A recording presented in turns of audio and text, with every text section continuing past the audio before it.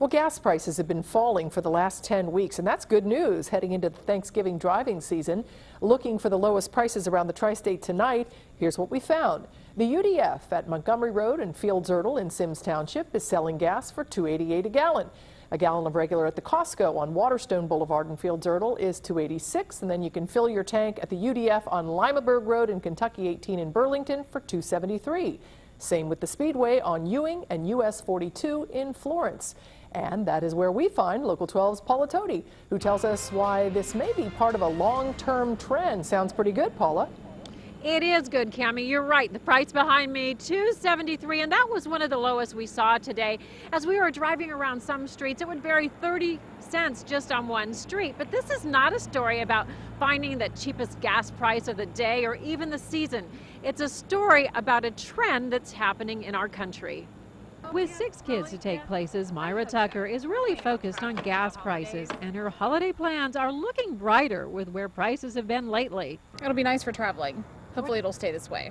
They should stay that way, according to John Schmitz, oil analyst for Bahl and Gaynor Investment Counsel.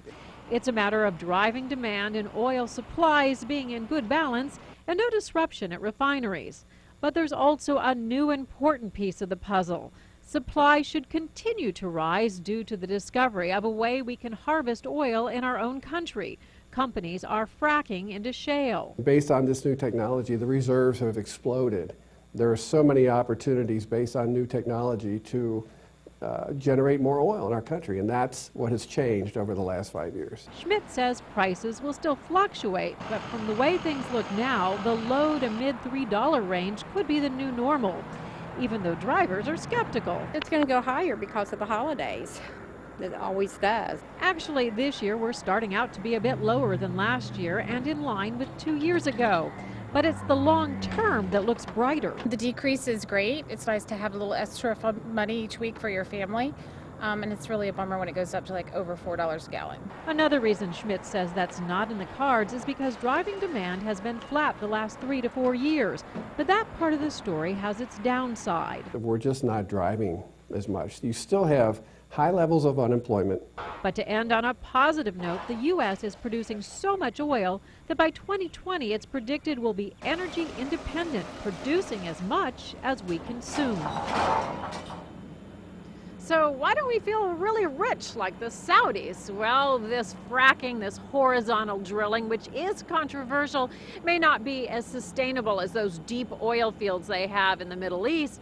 It's also a more expensive way of getting the oil out of the ground. But still, since it's been happening, we've increased oil production in this country about 30%, and that is having an impact right behind me at the pump.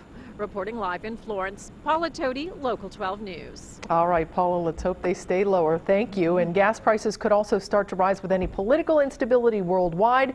We're also seeing a drop in price due to the switch from summer blends, but that's only a small part of the decrease. And it's probably worth noting that this is all relative because back when we started driving, in the 70s, it was under $1, so now we get excited now when it's under $4 or $3 or whatever, but back then it was a lot cheaper. I had a lawn mowing business.